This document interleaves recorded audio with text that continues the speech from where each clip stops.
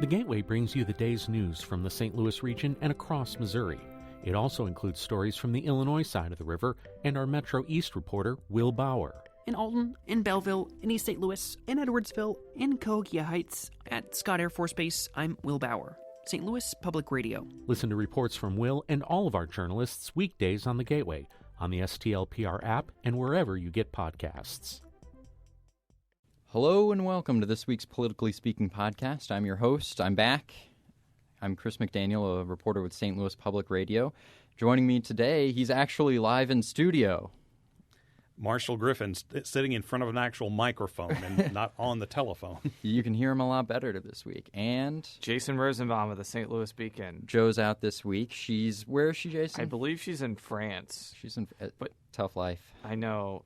You know, us Beacon reporters, we go to France, we go to Italy. We just live the high life. What can I say? I do pretty good if I actually make it to the lake on a rare occasion. Yeah, that's pretty good. Well, I was out in D.C. But, Marshall, you've been pretty busy. It's kind of like being in France, almost as lucrative as being in France. You've been covering the Department of Revenue. That's almost as exciting. It's been very exciting this week.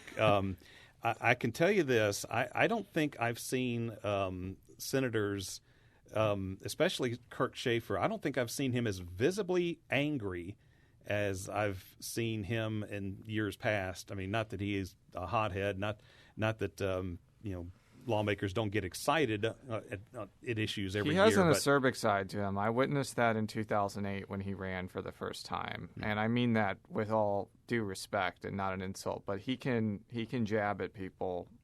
But continue, Marshall. Yeah, he is very, very upset with the things that have been going on at the Department of Revenue, and also with, as we learned yesterday, with the Missouri State Highway Patrol. And when I say the things that have been learned, I'm not picking sides either. But what I'm telling you is that they were under questioning. They found out yesterday, and it was confirmed by Doug Nelson yesterday, confirmed by Colonel Ron Replical. I think that's the correct pronunciation. Today, that on two occasions the Missouri State Highway Patrol actually did forward Missouri's entire list of concealed carry weapon endorsement holders to the federal government, specifically to the Social Security Administration, which was conducting an actual criminal investigation and had requested the database, the concealed carry database. The question is whether or not that was legal. Colonel Replical says, as best as he can understand, yes, it was legal and proper. They were assisting an actual federal law enforcement agency with investigation. And the deputy director of the Department of Public Safety, Andrea Spillers, I hope I'm getting her name correct, said yes, the way that it was handled, we followed the correct procedure, the correct legal procedure for revealing or sharing that list of concealed carry holders to the federal government. Kurt Schaefer and other members of the Senate Appropriations Committee absolutely not buying it. Their opinion is that they are mistaken in their interpretation of the law at best, or are lying at the worst. So they're very unhappy and very visibly unhappy with what's going on. Now, you've been following this probably closer than at least I have. I was in Italy when the controversy broke, but from what I recall, didn't Department of Revenue officials, when under questioned about whether conceal and carry information went to the federal government, didn't they deny that was happening? Isn't this contradict previously what they had been saying? Yes and no. It depends on how you look at it.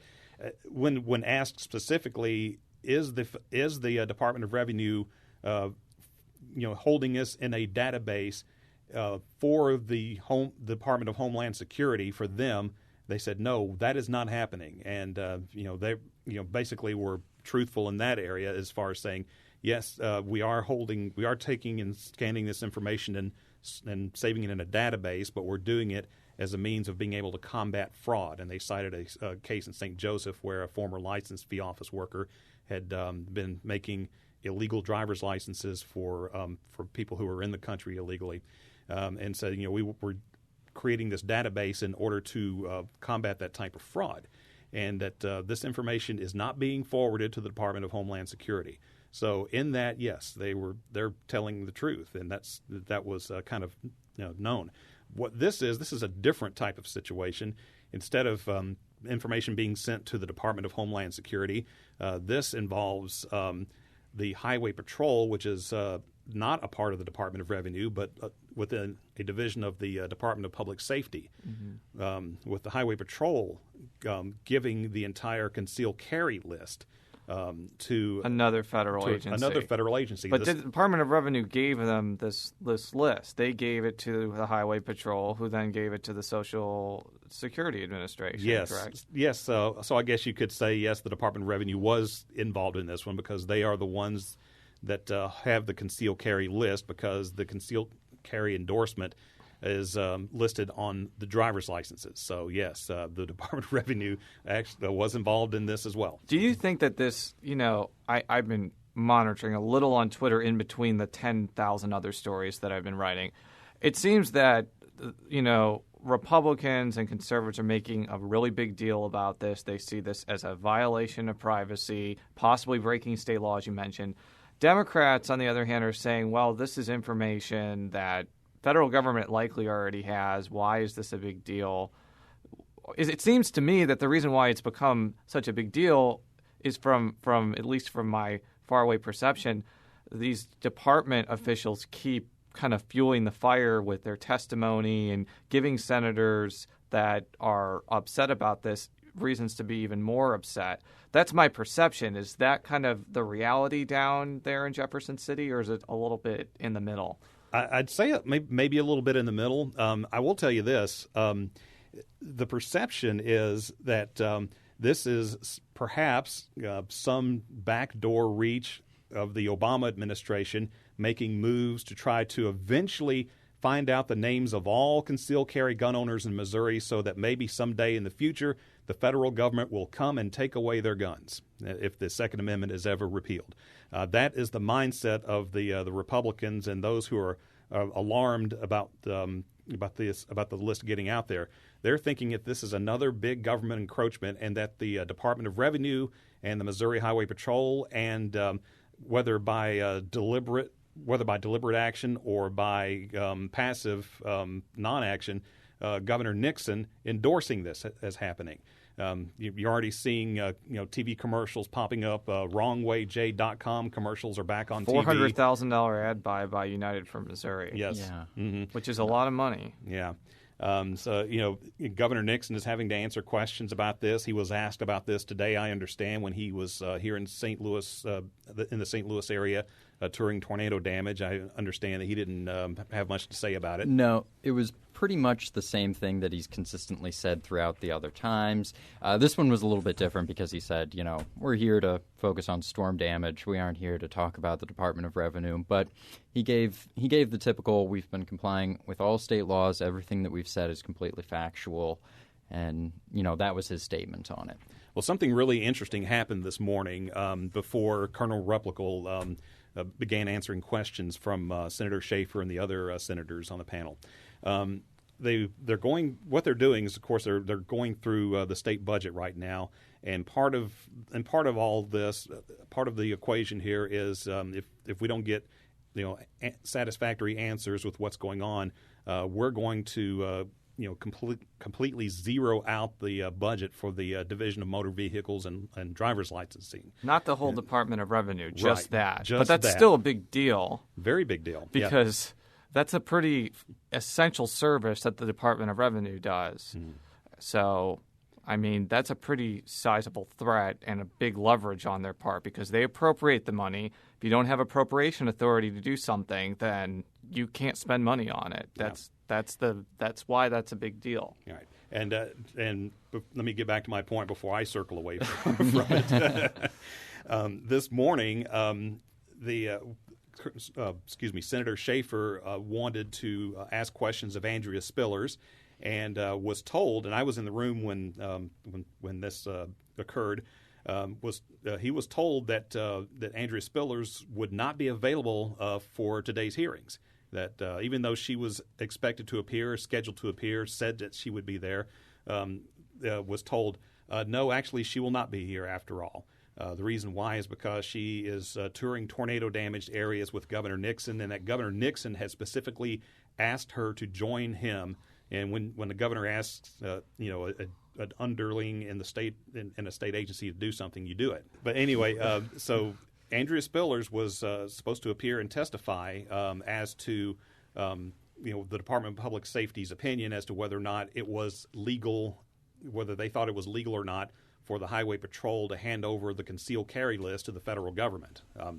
And she was conveniently called away by Governor Nixon, which was, this really infuriated and amazed, I should say, Senator Schaefer and the other senators. It's like, oh, how convenient that the governor would call her away so that she cannot answer our questions today. They were very upset about that. So, what's more, they weren't, demeaning or trying to, belittle, a natural disaster or, I'm not sure I'm getting the right word there, but they were saying, look, this is more, it's more important that she be here and answer our questions than that she be at a photo op where, she's not really needed to be. They were questioning her need to actually be at the governor's side, and said, we're going to have to extend these meetings, possibly, into Friday, and it's going to delay us, doing these hearings, and it was going to mess with the schedules of a lot of people that were on the committee. What it came to, the next question was, well, how fast is the governor's new plane that the Highway Patrol just spent $5 million on? Can we get her back here? And as it turned out, she, I'd say within 20 minutes, was not only back in Jefferson City, but walked into the room. So she actually did show up to answer those questions. Oh. So my wrap it up motion was premature. That actually was needed to be concluded. This was the M. Night Shyamalan twist. I was not I guess that is a fast, expensive plane. Yes, I guess it was worth all the money. Yes, or maybe she was maybe she hadn't left yet. Who knows? It was sitting. But anyhow, go ahead. Speaking of money. Well, I was just going to add one other thing. One of the questions that was asked of Andrea Spillers was, did the governor know about the Highway Patrol giving the concealed carry list to the federal government? And she said, no. As far as I know, the governor has no knowledge of this, to which Senator Ryan Silvey actually said, do you think we are idiots? That was his literal response to that. So this has been a pretty contentious political issue, and I don't think it's going to be going away anytime soon. No. Not at all. Nope. Not when the Republicans control the legislature. But speaking of money, now my transition let's makes talk sense. about something that also isn't going to be going away anytime soon. This is something that I've been working on for about a month and a half here, and we just released it to the public. We're starting a new project to keep track of all of the money that lobbyists spend on our legislators. For January and February, it was $338,000, which is a pretty absurd amount of money considering it takes place in Jefferson City, where it's not a very expensive place, and it's only 2 months out of the year. What's also surprising is that about 90%, over 90% of this was for meals.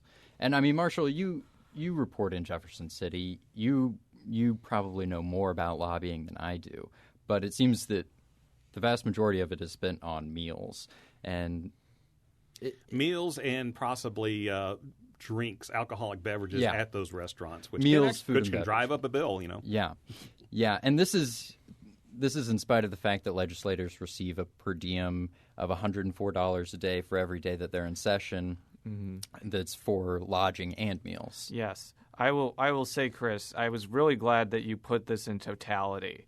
Because I think too often that, sometimes they just show one gift or, somebody got cards tickets and point that out specifically. Right.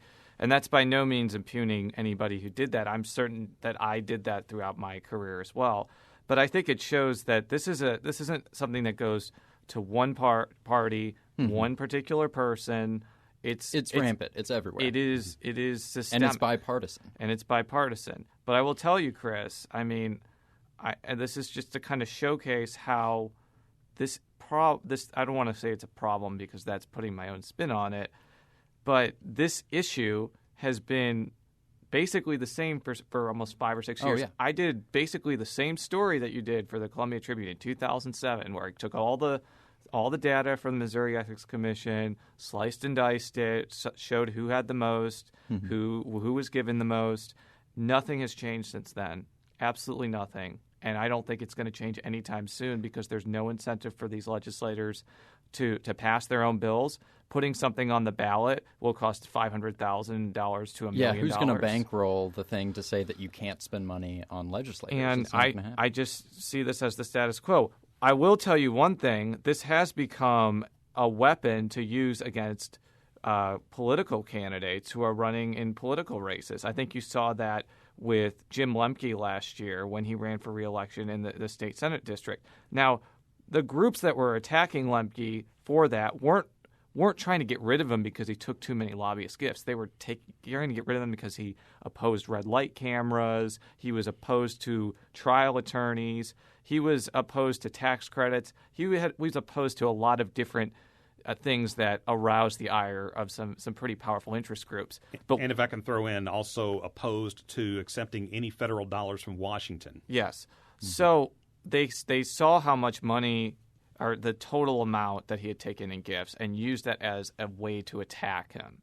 And that has been used before in other campaigns because this information is public. It's easy to get from the Missouri Ethics Commission, and if you take in too many gifts, it can be a used as a weapon against you in a campaign. But as I mentioned, they're using that as a target point, and I think that maybe some of these legislators saw that and maybe are thinking, well, maybe I should change my ways. But I mean, it seems like from your reporting that's not across the board. Well, let's talk about one of the big problems. One of the big problems is out of the $338,000, 75% of it, you don't really know where it's going. Only about 25% went directly to the legislators. 75% of it went to committees and the General Assembly. The problem with that is, one, it disperses the responsibility for that gift, and two, you don't know who actually received that gift. It's probably a lot of people. In fact, I think it doesn't have to be, though. That's the thing. Yeah. Let's say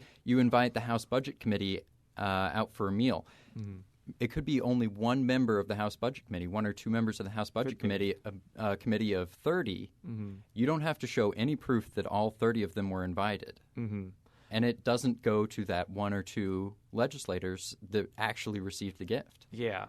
And I think that's definitely a possibility. I think also what happens is, first of all, a lot of committee hearings are catered, and that catering is paid for by lobbyists. There's a lot of instances where lobbyists will set food in a particular office and people will line up and take it, basically, be it legislators or staff. Marshall probably has seen this. There was a pie day at the Capitol that was sponsored by the Trucking Association. Right. That sort of thing usually gets tacked on to one or two legislators. So, but this thing of concealing gifts, that's also been an issue for a long time. And in fact, there used to be a system in Jefferson City with caucuses, and the caucuses were basically used as subterfuges to do exactly what you mentioned. And it seems now, I was looking at the House website yesterday, they've started these like issue committees or something. Are those also being also being used as well? At least one of them has received donations. I can't remember the name of it off the top of my head, but it involves Republican leadership that serves on it. I think it's maybe a 12-person. Yeah, and because when they passed a ethics bill in 2006, making sure that caucuses couldn't take gifts as a caucus was a big selling point of that legislation.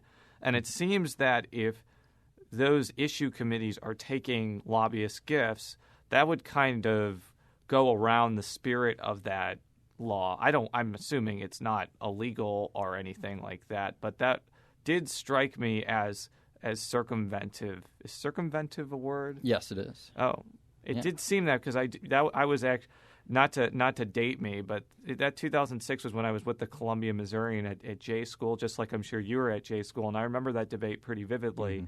Actually, Tom Dempsey was the sponsor of that bill when he was still House Majority Leader. So I'm assuming he's not going to set up a series of those in the Senate because that would be probably going against the spirit of that bill. But But it's good to graphically see and to be able to go down the line to see how much these legislators are taking. It's only probably going to grow, I would imagine.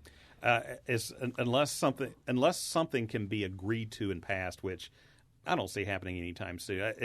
It's almost a system of if it's not broke, don't fix it, or maybe in this case, if it is broke, leave it alone. depending on your which side of the table you're sitting on there. And one interesting point as well, this conversation brought to mind the redistricting battle between the House and Senate Republicans a couple of years ago. I happen to remember that I believe it was the House Republican caucus had a meeting that night. I want to say it was the caucus and not a particular actual committee from the House. And their meeting was at Buffalo Wild Wings. Rather interesting. So that brought to mind, well, okay, who picked up the tab there, for holding a caucus meeting at a local restaurant? And there's been a couple of committee meetings this year that have been held at the Jefferson City Country Club. Yeah, so that's or at least have been scheduled to. I believe one had to be canceled for some reason, but yeah, that very much is going on. Well, we detail literally every gift that a legislator has received from a lobbyist. You can go to stlpublicradio.org/news/lobby, and you can check it out. Check out that interactive graphic. But Jason, we got to talk about Medicaid, don't we? Yes, we do. Because there have been some developments this week. There's been a lot of developments. Too much going on this week. And I'm sure Marshall has also seen this as well. First of all, I just have discovered this in the last few hours.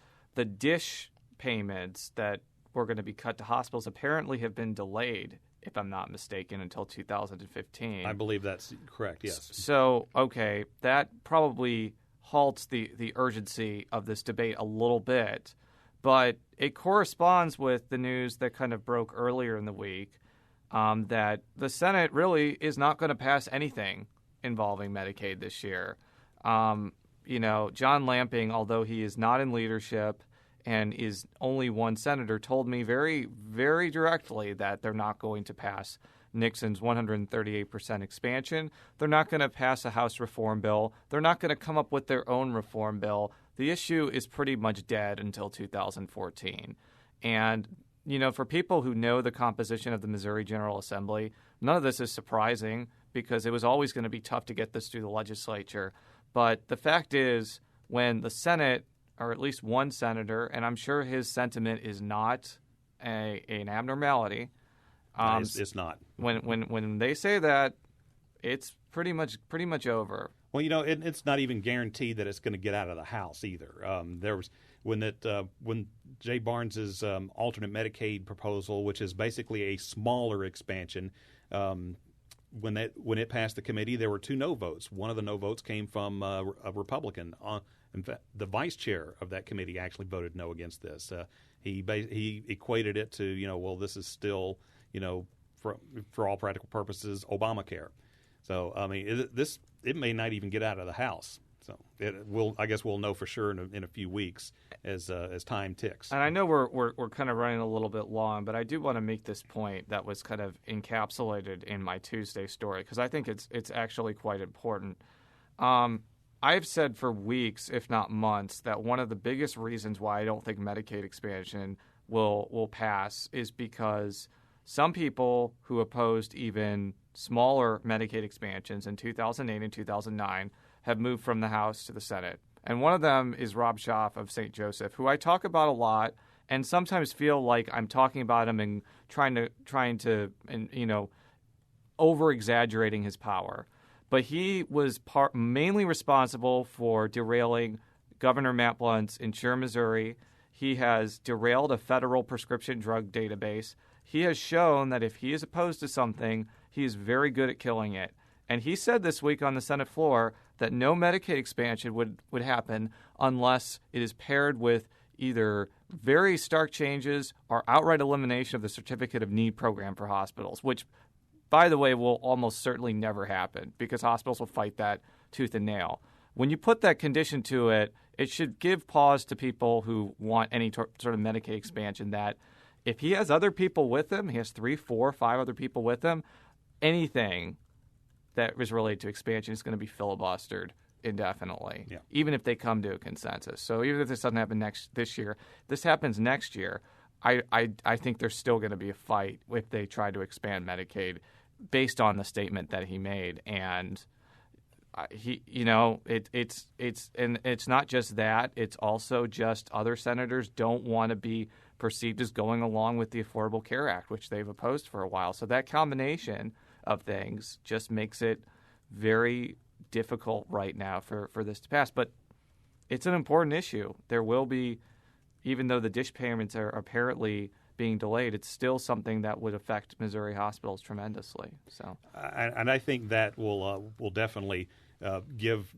everyone an excuse, on the House and the Republican side to say, well, the urgency is gone now, or at least pushed back some. So I think that will definitely embolden the Republicans to not go anywhere with Governor Nixon's desired Medicaid expansion, or even Representative Barnes's smaller version of that. If the pressure's off, that's basically a green light to focus on other issues. And there's with just 5 weeks left and counting, effective tomorrow, that's probably going to get shoved to the side. Well, that should just about do it for this week's show.